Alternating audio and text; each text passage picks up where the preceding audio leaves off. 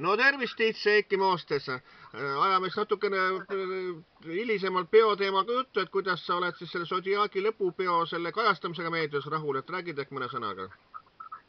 No meedia kajastas, et sa nägid seda väga hästi, et tegelikult ju seinast seina oli need kajastused ja üllatavalt oli ikkagi, üllatav oli see, et meedia oli kohal ja tegi juba tööd ja ütleme, üks artist sai ikkagi väga palju tähelepanu, oli ju Varro Toksmaa, et teised jäid nagu jah, tahaplaaniga.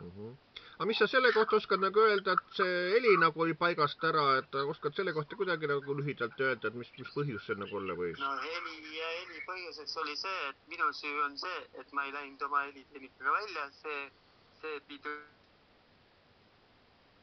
kes selle heli eest pidi seal nagu, ütleme, heli pidi paika saama ja olgem ausad, siis kui sa oled autojuht ja kui sa satud sinna lennukirooli, siis samamoodi sa ei tunne seda tehnikat nii nagu peaks, nii, ja see helisüsteem oli siukene, millega ma ei ole kokku puutunud ja võõras värk ja olgem ausad, siis minul ei olnudki võimalust seda paika saada, et see oli ainult helimehe enda rida.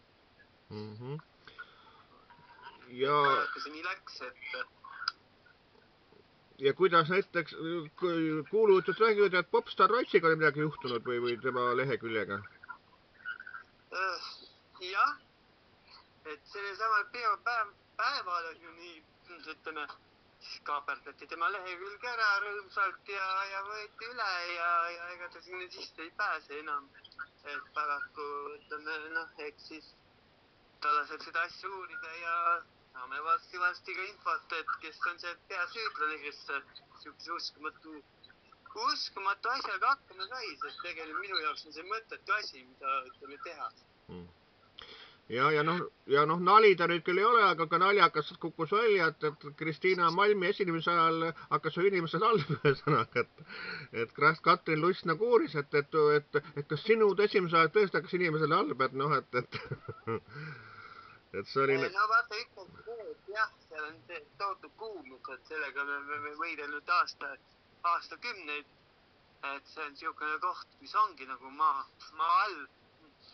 Ja olgem ausad, siis on ju selle vastu me mitte keegi ei saa, kui terviseamet ütleb, selle võib juhtuda ükskõik kellega on ju nii, aga lõpp hea ja kõik hea ja õnnelik oli see selles suhtes, et kiirabi tuli kiiresti ja seal inimesega sai asi korda. Et sellel, mis ta nimi, see Piiroja või temal jäi nagu esinemata üldse seekord? Sellepärast ära, et järjekordselt, kuna minu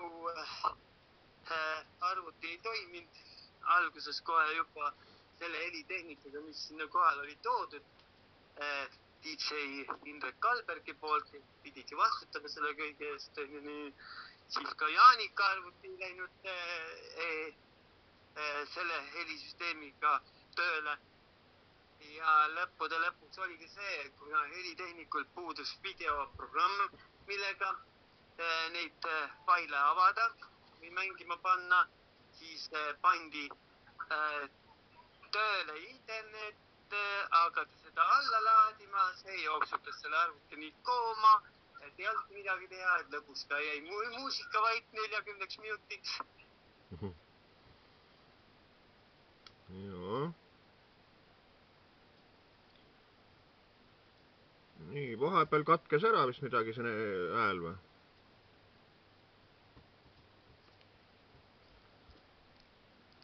Sa vist ei kuule mind praegu, jah?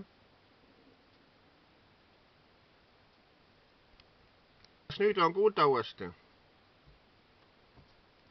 Kas nüüd on uuesti kuulda?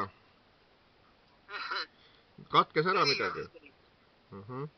Et me rääkisime Jaanika Piiroja teemal siin viimati.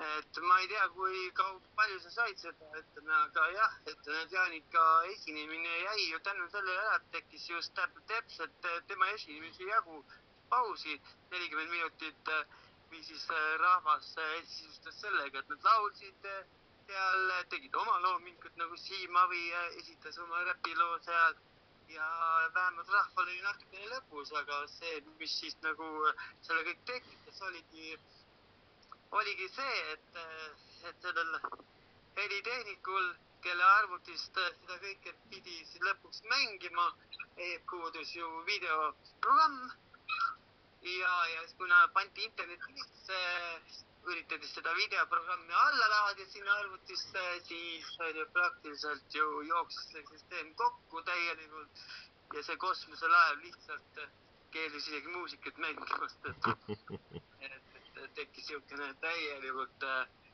katastroofiline olukord, et oleks minu arvuti nagu toiminud selle helisüsteemiga, siis ei oleks midagi olnud, siis oleks ka Jaanika arvuti tööle läinud, oleks need, ütleme, lugude failid ilusti avanud ja olekski kõik korras olnud.